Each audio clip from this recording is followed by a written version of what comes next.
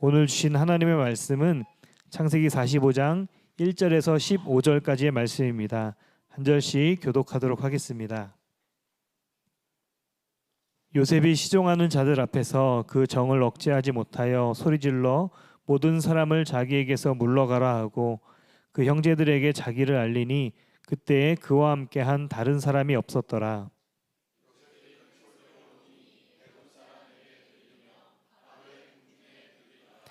요셉이 그 형들에게 이르되 나는 요셉이라 내 아버지께서 아직 살아계시니이까 형들이 그 앞에서 놀라서 대답하지 못하더라.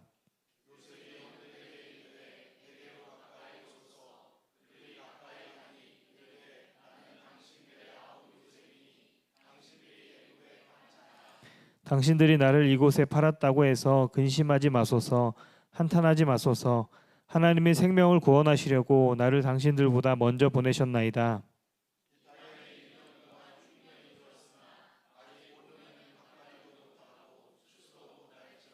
하나님이 큰 구원으로 당신들의 생명을 보존하고 당신들의 후손을 세상에 두시려고 나를 당신들보다 먼저 보내셨나니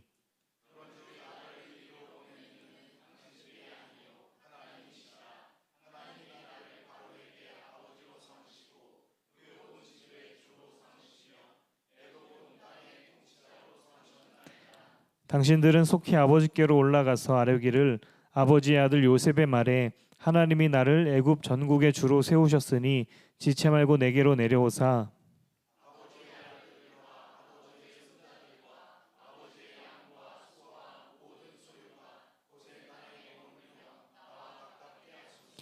흉년이 아직 5해가 있으니 내가 거기서 아버지를 봉양하리이다.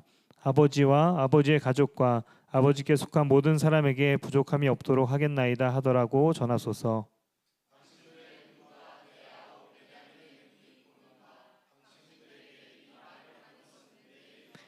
당신들은 내가 애굽에서 누리는 영화와 당신들이 본 모든 것을 다 내 아버지께 아뢰고 속히 모시고 내려오소서 하며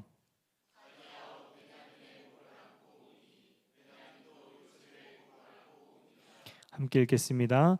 요셉이 또 형들과 입맞추며 안고 우니 형들이 그제서야 요셉과 말하니라.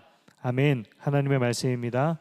오늘 제목을 평생 할 3가지 고백, 이 말씀을 함께 나누려고 하는데 여러분 이미 여러분들의 삶 가운데서도 이미 이루어진 말씀이라 또 여겨집니다. 또 앞으로 이 말씀이 그대로 삶 가운데 이루어지기를 축복합니다. 우리가 동안 요셉의 삶을 통해서 하나님이 어떻게 역사하셨는가를 계속 보아왔습니다. 요셉의 인생을 한마디로 보면 이해할 수 없는 인생의 연속, 이렇게 살았던 사람이 요셉이었습니다. 사랑받던 아들이 하루아침에 형들에게 미움을 받아서 구덩이에 던져졌고 또 노예로 팔려서 애굽에 가야 했고 억울한 누명을 써서 감옥에 갇혀 있어야 했던 이 요셉의 인생 우리가 함께 살펴보았어요. 사람의 눈으로 볼 때는 실패의 연속이죠. 실패의 연속이고 버림받은 인생처럼 보입니다. 그런데 이 요셉의 삶의 다른 점이 하나가 하나님이 그와 늘 함께 계셨다는 사실입니다. 이것이 다른 것이었어요. 구덩이에서도 하나님께서 요셉과 함께 계셨고 노예의 자리에서도 하나님이 함께 계셨고 감옥에서도 하나님께서 함께 계셨습니다. 형통하는 자가 누구인가? 라는 말씀을 나눌 때 하나님과 함께함이 분명한 사람이 형통하는 자라고 말씀을 드렸는데요. 그 형통함이 마침내 요셉을 애굽에 하나님께 총리로 세워주셨습니다. 그 말씀 가운데 가장 오늘 읽은 본문의 말씀은 가장 하이라이트의 말씀이라 할 수 있어요. 가장 극적인 장면이죠. 가장 눈물 나는 장면이기도 합니다. 자신을 팔았던 이 형들과 함께 만나는 이 해후의 장면이죠. 놀라운 용서와 화해의 일이 일어났던 자리가 오늘 함께 본문에 읽었던 말씀입니다. 형들은 요셉을 알아보지 못했습니다. 곡식을 구하러 왔지만 눈앞에 있는 그 사람, 자신들이 죽이려고 했고 팔았던 동생 이 요셉, 그것이 요셉인지를 알지 못했습니다. 두 번째 또 와서 오늘 본문의 44장 말씀은 그 말씀인데요. 44장에서 두 번째 방문했을 때 상황이 좀 달라집니다. 요셉이 베냐민을 이제 붙들어 두려고 합니다. 베냐민을 놔두고 가라고 말합니다. 이 이야기에 요셉과 형들 정말 난리가 났어요. 요셉의 형들이 정말 마음이 무너지는 일이었죠. 그때 형들이 간곡하게 요청하죠. 그때 나서서 얘기했던 사람이 유다였습니다. 유다가 얘기하는 것이 이 베냐민과 우리 아버지 야곱은 한 몸과 다른 바 없습니다. 요 베냐민을 데려가지 아니하면 우리 아버지가 죽습니다 하는 그 이야기를 눈물겹게 합니다. 요청을 하죠. 그러면서 이 유다가 요청한 내용은 바로 베냐민 보내주고 내가 여기에 종으로 남겠습니다. 베냐민은 보내줘야 합니다 하고 이렇게 얘기를 합니다. 이 얘기를 듣고 요셉이 더 이상 자신의 감정을 숨길 수도 없고 그동안 놀러왔던 눈물이 터지게 되죠. 그리고 마침내 자기의 정체를 드러내게 됩니다. 형들 앞에서 내가 요셉입니다 하고 말을 합니다. 여러분, 이 순간 이 형들이 얼마나 놀랐을까요? 형들 보니까 엄청난, 이 말씀도 보면 형들이 그 앞에서 놀라서 대답하지 못하더라. 얼마나 큰 충격을 받았겠습니까? 말 한마디도 나오지 않았을 겁니다. 자신들이 죽이려 했던 동생 아닙니까? 구덩이에 던져 죽으라고 던져버린 동생 아닙니까? 평생을 그 아이와 함께 살면서 꿈쟁이라고 조롱했고 미워했던 요셉 아닙니까? 결국 팔아넘겨서 노예로 팔아넘기고 그렇게 했던 그 동생 아닙니까? 근데 그 동생이 지금 총리가 되어서 자기들 앞에 서 있는 모습을 보고 얼마나 놀랐을까? 아마 형들의 마음에는 두려움이 밀려왔을 것 같아요. 이제 우리 죽었다 하는 마음 들지 않겠습니까? 우리의 죄를 기억하고 이제 반드시 복수할 거야 하는 그런 마음도 들지 않았겠습니까? 근데 오늘 성경 말씀에서는 놀라운 이 일은 요셉이 보인 반응입니다. 요셉은 정죄하지도 않았습니다. 복수하지도 않았어요. 자신을 낮추고 형들에게 다가가서 얘기합니다. 내가 요셉입니다. 내가 요셉입니다. 내게로 가까이 오세요 라고 얘기합니다. 놀라운 말 가운데 하나입니다. 여러분, 이것은 상처받은 사람이 먼저 상처 준 사람에게 다가가는 이야기입니다.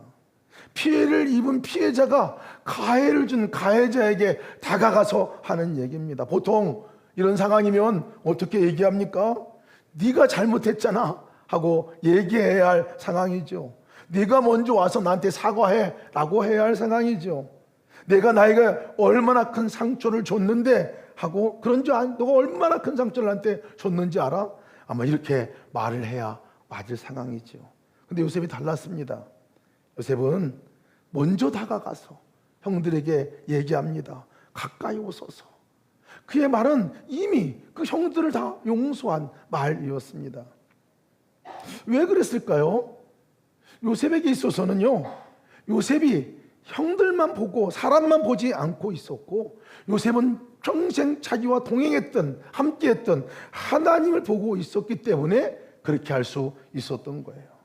요셉은 자기 인생을 이 하나님 관점에서, 하나님의 주권적인 시각에서 바라보고 해석하고 있는 것을 보게 됩니다. 오늘 우리가 읽은 본문 말씀 가운데 위대한 고백이라고 말할 수 있는 이 고백, 4절 고백입니다. 당신들이 나를 이곳에 팔았다고 해서 근심하지 마소서, 한탄하지 마소서.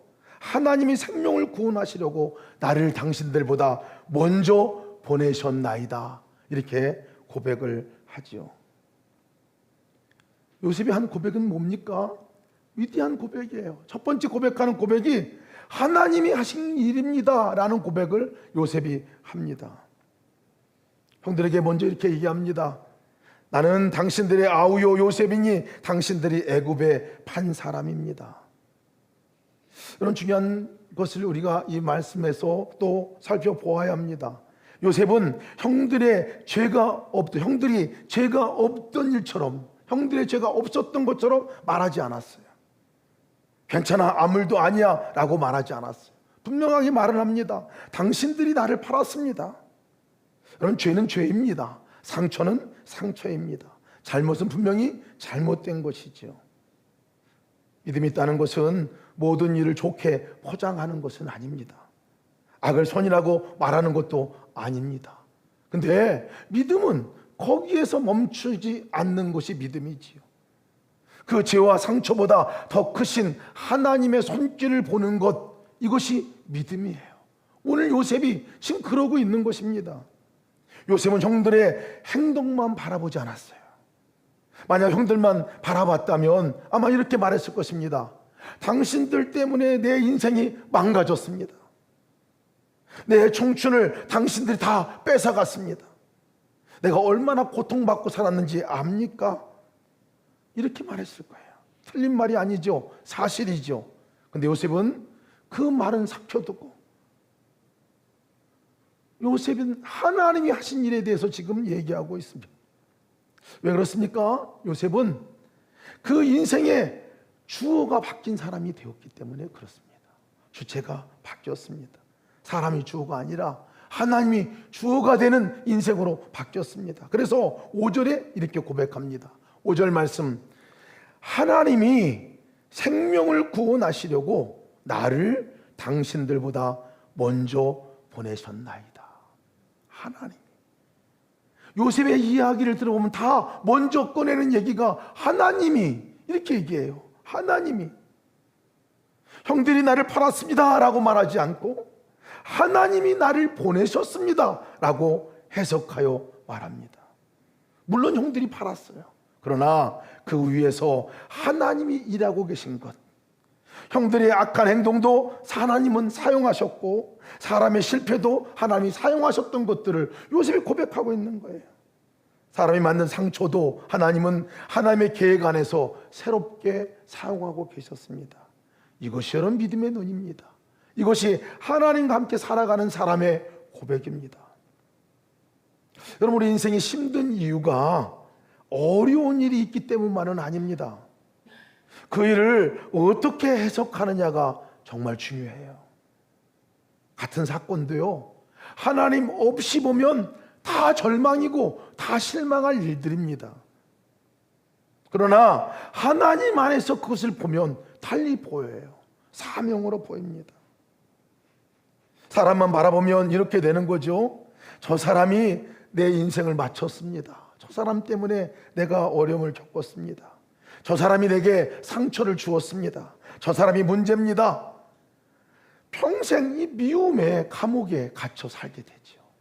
오히려 그 사건이 더 큰 어려움으로 나를 가둬놓고 살아가게 합니다. 그러나 하나님을 바라보면 달라지잖아요. 하나님이 이 가운데서 무엇을 하고 계시는가? 하나님이 이 일을 통해서 무엇을 이루려고 하시는가? 질문이 바뀌게 됩니다. 시선이 바뀌게 됩니다. 인생의 해석이 달라지게 됩니다. 우리 삶의 가장 중요한 고백, 하나님이 하셨습니다 하는 고백입니다. 내가 부족해도 하나님이 하셨습니다. 내가 이해하지 못해도 하나님이 하셨습니다. 내가 지나온 눈물의 시간에도 하나님이 함께 하셨습니다. 나는 모르지만 하나님은 알고 계셨습니다. 나는 끝이라고 생각한 그 자리에서 하나님은 시작하고 계셨습니다. 여러분, 하나님이 하셨습니다. 이 고백을 평생 고백하는 저와 여러분 되시기를 축복합니다. 하나님의 시각으로 바라보는 거죠. 요셉은 구덩이를 기억하지 않은 것 아닙니다. 그러나 구덩이만 기억하지 않았다는 것이에요. 그 구덩이 가운데 함께 하신 하나님을 기억했어요. 그러니 그 구덩이가 요셉에게 있어서는 하나님을 애굽으로 파송하는 자리가 되었던 것이죠. 두 번째 고백입니다. 요셉이 한 두 번째 고백은 하나님이 생명을 구원하시려고 하셨습니다 라는 고백입니다. 요셉이 형들에게 말하죠. 하나님이 생명을 구원하시려고 나를 당신들보다 먼저 보내셨습니다. 주목될 표현은 생명을 구원하시려고, 이 말이 계속 반복됩니다. 하나님이 누구신지에 대해서도 말하는 말씀이고 우리가 도대체 누구인가에 대해서 분명히 선언하는 선언적인 말씀이기도 합니다. 5절 말씀에도 7절 말씀에도 나옵니다. 하나님이 큰 구원으로 당신들의 생명을 보존하고 당신들의 후손을 세상에 두시려고 나를 당신들보다 먼저 보내셨나이다. 요셉의 인생은 분명히 자기가 하나님이 누구신지를 알게 돼. 하나님은 살리시는 분이시다. 하나님은 생명을 살리시는 분이시다. 나를 살리신 분이시다. 하나님은 나를 통해 사람을 살리시는 분이시다 하는 것들을 분명히 알고 산 사람이에요. 나는 성공하기 위해서 애굽에 온 것이다, 이 고백이 아닙니다. 복수하기 위해서 이 높은 자리에 올라온 것, 이것도 아닙니다. 하나님께서 생명을 살리시기 위해서 나를 여기에 보내시고 여기에 두신 거다라는 분명한 고백을 하는 것이죠. 자기 존재 이유입니다. 분명히 자기의 여기에 있는 이유죠. 사랑하는 성도 여러분, 형들의 행동만 놓고 보면 결과는 죽음이었습니다. 형들은 요셉을 미워했습니다. 요셉을 구덩이에 던졌습니다. 요셉을 노예로 팔았습니다. 그 행동만 보면 한 사람의 인생을 망가뜨린 사건이 틀림없습니다. 그런데 하나님은 그 악한 행동까지도 붙드셔서 그곳에서 생명을 살리시는 역사를 일으키시는 분이 하나님이셨죠. 하나님은 악을 만드신 분은 아니십니다. 그런 악한 상황 속에서도 선을 이뤄나가시는 분이 하나님이시죠. 우리가 기억해야 될 것이 있습니다. 하나님은 나만 살리시는 분이 아니시라는 거예요. 나와 여러분만 살리시는 분이 아니라는 거예요. 나를 통해서 다른 사람을 살리시는 분이 하나님이시지요. 우리는 삶에 문제가 생기거나 적용을 하게 되면 이렇게 생각합니다. 하나님, 왜 나에게 이런 고난을 주셨습니까? 왜 내게 이런 일을 내가 이런 일을 겪어야 합니까? 우린 이렇게 질문할지 모르지만 하나님은 그 상황 가운데 되물어 얘기하는 질문이 있습니다. 너를 통해서 내가 지금 누구를 살리기를 원하느냐? 하나님의 관심입니다. 하나님의 일하심은 언제나 사람을 살리는 일 가운데 있습니다. 우리를 살리실 뿐만 아니라 우리를 통해서 다른 사람을 살리시는 그 일이 하나님의 관심이고 하나님 일 가운데 함께 하시는 이유이지요. 요셉을 높이신 이유가 한 사람을 살리고 한 가정을 살리고 하나님의 언약을 이어가기 위해 그를 세워주셨죠. 성도의 정체성이 뭡니까? 바로 거기에 있습니다. 생명을 살리는 사람이에요. 내가 누구냐? 생명을 살리는 사람이라는 거예요. 넘어진 사람을 다시 일으키는 사람이 누구냐? 바로 나죠. 상처받은 사람에게 다가가는 사람이 누구냐? 바로 나죠. 절망 가운데 있는 사람에게 소망을 전해야 될 사람이 누구냐? 바로 나죠. 죽어가는 영혼에게 복음을 전해야 될 사람이 누구냐? 성도이죠. 바로 나죠. 우리가 더 좋은 환경에서 더 편하게 살라고 부르신 것이 아니죠. 생명을 살리는 일을 하라고 우리를 부르신 줄을 믿으시기를 축복합니다. 혹시 우리의 삶 가운데 이해가 되지 않는 사람이 여러분 가운데 있습니까? 나를 힘들게 하는 사람이 있습니까? 아직 용서하지 못한 사람이 있습니까?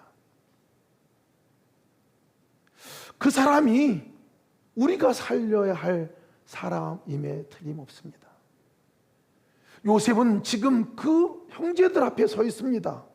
상처 준 사람입니다. 용서하기 어려운 사람들입니다.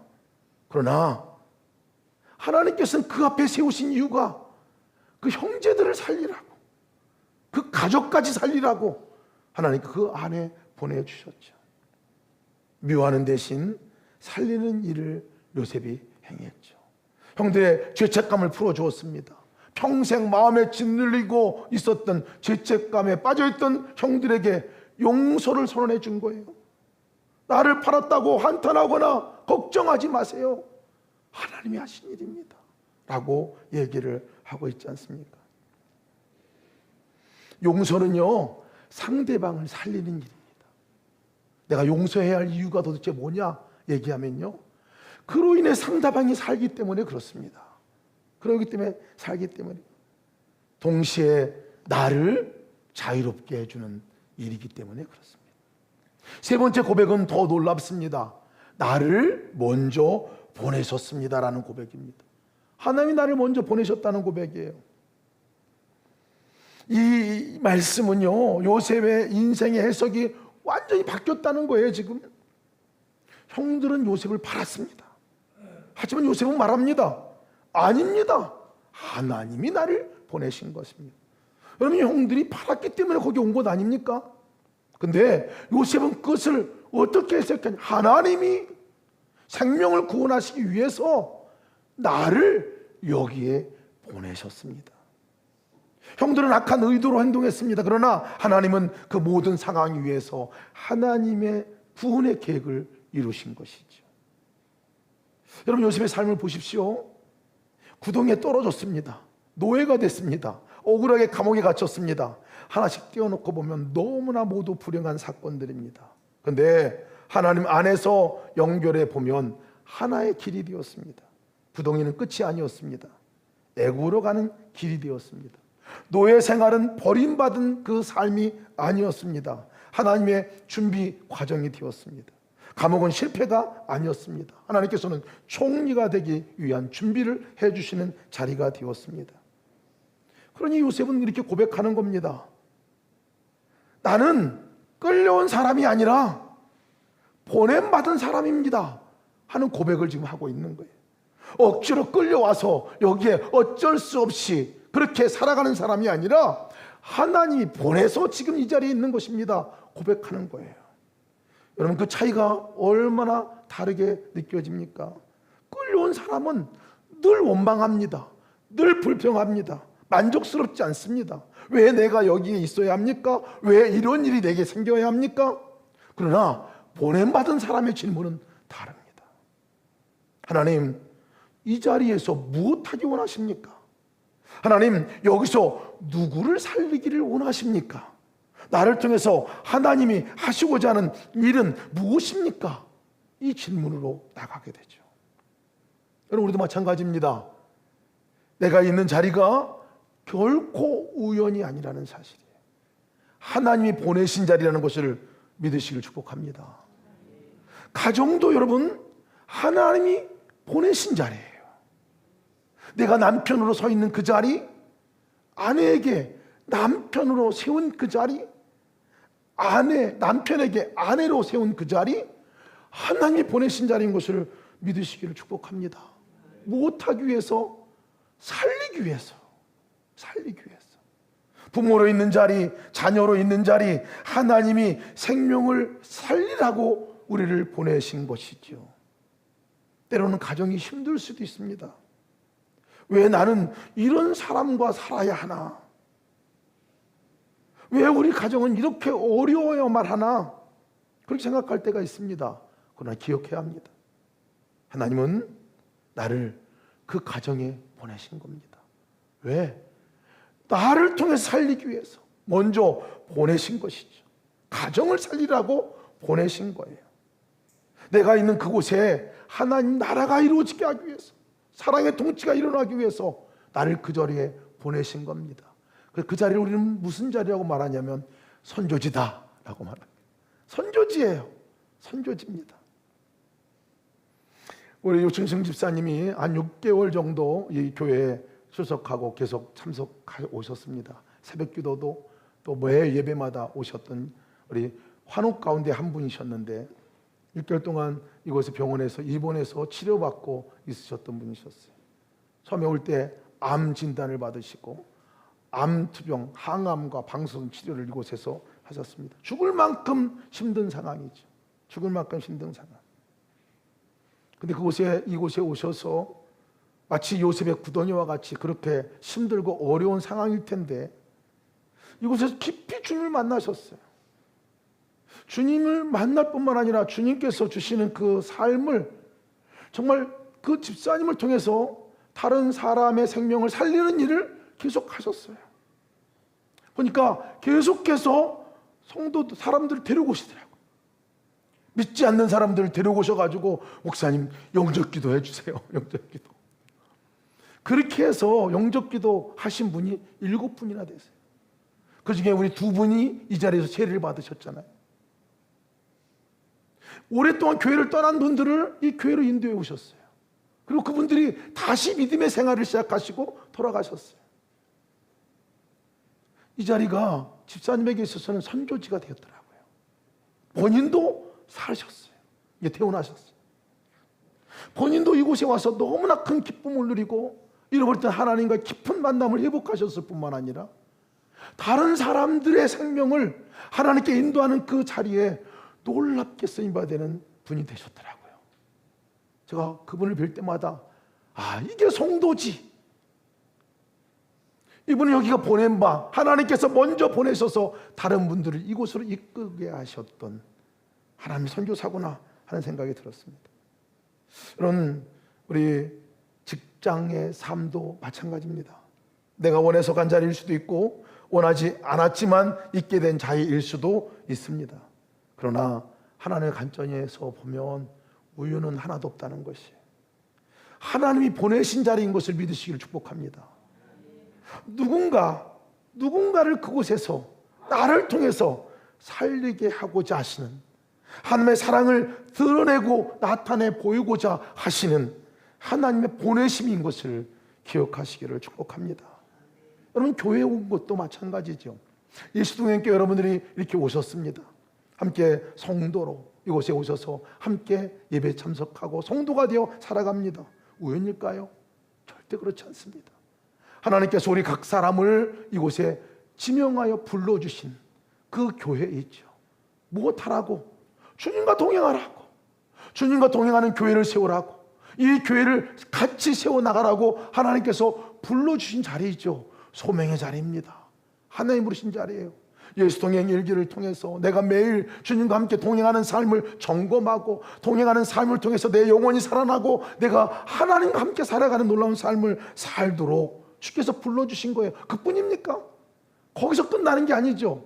함께 동행 일기를 나누면서, 밤마다 일기방에서 함께 나누면서, 우리가 함께 모일 때 주님과 동행하는 삶을 나누면서 함께 서로를 세워나가고 함께 서로를 우리가 격려하고 나가는 그 삶을 살라고 주께서 보내주신 거죠.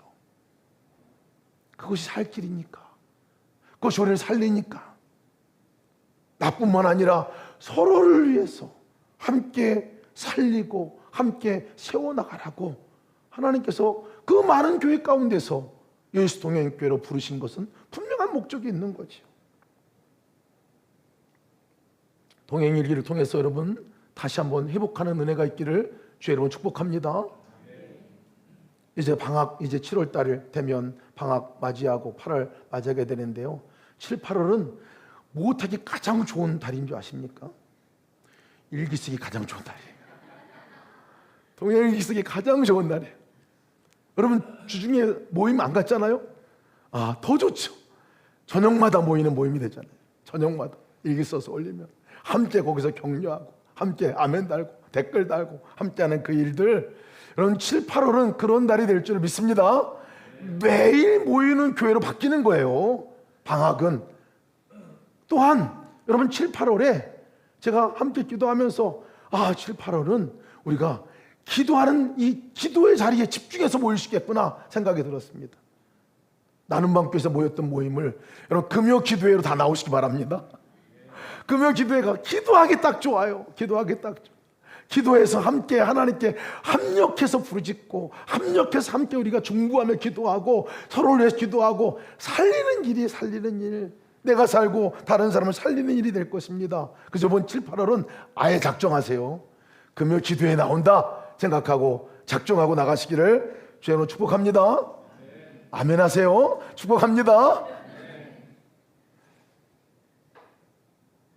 우리 요셉의 이 삶을 보면요, 그렇게 말하는 것으로 끝나지 않았다는 거예요.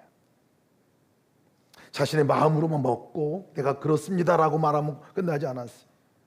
끝까지 요셉은 자기가 말한 것을 책임을 지더라고요. 11절 말씀 보니까 흉년이 5해가 있으리니 내가 거기서 아버지를 본향하리이다. 아버지와 아버지의 가족과 아버지께 속한 모든 사람에게 부족함이 없도록 하겠나이다. 말로만 하지 않았어요. 구체적으로 책임을 지는 일을 합니다. 먹을 것을 준비했습니다. 살 길을 열어주었습니다. 가족들을 애굽으로 초청했습니다. 진짜 사랑은 마음의 감정에서 끝나지 않습니다. 사랑은 행동으로 나타나게 되죠. 마지막 장면은 너무나 감동적인 장면입니다. 14절 15절에 이렇게 말합니다. 자기 아우 베냐민의 목을 안고 우니 베냐민도 요셉의 목을 안고 우니라. 요셉이 또 형들과 입맞추며 안고 우니 형들이 그제서야 요셉과 말하니라. 형들이 먼저 와서 용서를 구했기 때문이 아닙니다. 요셉이 먼저 안았습니다. 요셉이 먼저 다가갔습니다. 요셉이 먼저 울었습니다. 요셉이 먼저 품어 주었습니다. 그때 관계가 회복이 되어지죠. 화해는 누가 먼저 시작하느냐의 싸움이 아닙니다. 우리는 그거 싸움하다가 다 시간 지내버리고 맙니다. 네가 먼저 해야지 기다리고 또 기다립니다. 하나님의 사랑을 더 많이 경험한 사람이 먼저 시작하는 게 화해입니다. 더 많이 용서받은 사람이 먼저 손을 내미는 게 용서죠. 화해이죠. 더 많이 사랑받은 사람이 먼저 품는 것이 그것이 용서이고 화해입니다. 예수님께서 우리에게 보여주신 일이죠. 내가 먼저 예수님께 나갔기 때문에 예수님이 십자가에 못 박혀 죽으신 거 아닙니다. 내가 먼저 회개하고 돌아갔기 때문에 주님이 나를 사랑하신 것 아닙니다. 우리가 아직 죄인 되었을 때에, 아직 하나님을 떠나 있을 때에 예수님께서 먼저 찾아오셨잖아요. 로마서 5장 8절 말씀 보면 우리가 아직 죄인 되었을 때 그리스도께서 우리를 위하여 죽으심으로 하나님께서 우리에 대한 자기의 사랑을 확증하셨느니라. 십자가는 하나님이 먼저 다가오신 사랑입니다. 우리가 하나님 향해 걸어가는 것이 아니라 하나님이 먼저 우리를 향해 걸어오신 것입니다. 요셉은 형들을 살렸습니다. 그러나 예수님은 원수 되었던 우리를 살렸잖아요. 요셉은 형들에게 곡식을 주었습니다. 그러나 예수님은 우리에게 영원한 생명을 주셨습니다. 요셉은 형들의 죄책감을 풀어 주었습니다. 그러나 예수님은 우리의 영원한 죄 자체에서 십자가에 달려 죽으심으로 그 죄를 완전히 씻어 정결케 해주셨습니다. 오늘 하나님께서 우리에게 물으실 것 같습니다. 너는 누구를 살리기 위해 보내졌느냐? 너는 누구에게 먼저 다가가야 하느냐? 혹시 아직 마음속에 문이 닫혀있는 그 경우가 있습니까? 아직 용서하지 못한 사람이 있습니까? 아직 만나기 어려운 사람이 있습니까? 오늘 말씀 앞에서 다시 바라보시기를 축복합니다. 그 사람만 보면 사실 절망이 될 수 있습니다. 그 사람의 행동만 보면 아직 미움이 남아있어서 도무지 견딜 수 없을 수도 있습니다. 그러나 하나님을 바라보면 새로운 길이 열립니다. 오늘 요셉이 세 가지 고백한 이 고백, 우리의 평생의 고백이 됐으면 좋겠습니다. 하나님이 하셨습니다. 사람에게 내 인생의 최종 원인을 두지 말고 사람의 잘못은 분명히 있지만 그 위에서 일하는 하나님을 바라보고 나가시기를 축복합니다. 하나님이 생명을 구원하라고 하셨습니다. 이 고백을 날마다 하시기를 축복합니다. 나만 살리는 분이 아니라 나를 통해 살리시는 그분, 다른 사람을 살리시는 그분, 내 경험도 내 눈물도 내 아픔도 하나님 손에 붙들리면 누군가를 살리는 통로가 되어줄 줄 믿습니다. 세 번째, 하나님이 나를 먼저 보내셨습니다. 내가 있는 자리를 다시 바라보시길 축복합니다. 버려진 사람이 아니라, 끌려온 사람이 아니라 하나님께서 보내신 자리, 가정을 살리라고 보내셨고, 직장을 살리라고 보내셨고, 교회를 살리라고 보내셨고, 병원에 있는 그 환우들을 살리라고 보내신, 그래서 생명을 살리는 사람으로 보냈음을 믿고 나가시기를 축복합니다. 우리 인생이 상처의 자리라고 생각했던 곳이 하나님의 파송의 자리가 되어지게 됩니다. 눈물의 자리라고 생각했던 곳이 하나님이 생명을 살리는 자리가 될 수가 있습니다. 오늘 요셉은 형들에게 이렇게 말했습니다. 나를 이곳에 보내신 이는 당신들이 아니라 하나님이십니다. 오늘 우리도 그렇게 고백하기 원합니다. 하나님, 내가 있는 이 자리가 하나님이 보내신 자리입니다. 하나님, 이 자리에서 생명을 살리는 사람이 되게 하여 주옵소서.